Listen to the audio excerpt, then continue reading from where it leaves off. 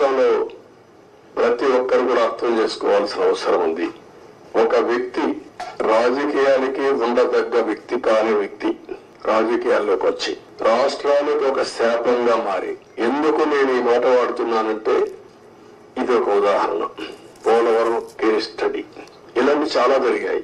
అతి పెద్ద తప్పు కాదు, తప్పు కంటే కూడా ఒక శాపంగా మార్చేశారు రాష్ట్రానికి. మామూలు కాదు ఇది, క్షమించరాని నేరం కూడా. ఒక చిన్న తప్పు చేసేది అనుకుంటాం, అలాంటి పెద్ద ఇది చేసి డయాఫామ్ వాల్ ఇక్కడుండే ప్రెస్ లో మీరు చాలా మంది ఉంటారు.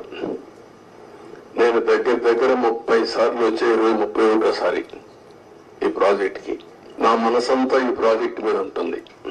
అందరికంటే ఎక్కువ బాధపడే వ్యక్తిని నేనే. నా కష్టాన్ని బూడిదలో పోసిన పన్నీరుగా చేశారు.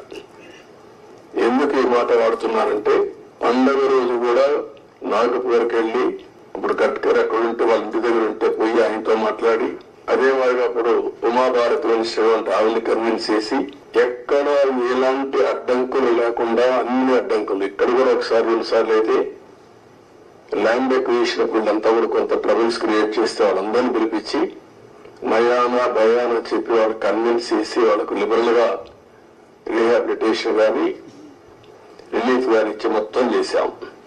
వీళ్ళు చేసిన పని మీరు చూస్తే ప్రభుత్వం వస్తానే రివర్స్ టెండరింగ్ అన్నారు.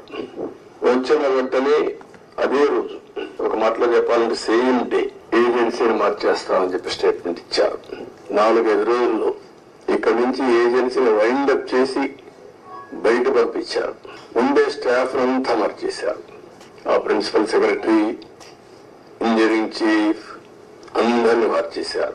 అక్కడి నుంచి ఎవ్వరికీ తెలియని వ్యక్తులు పెట్టేశారు ఇక్కడ.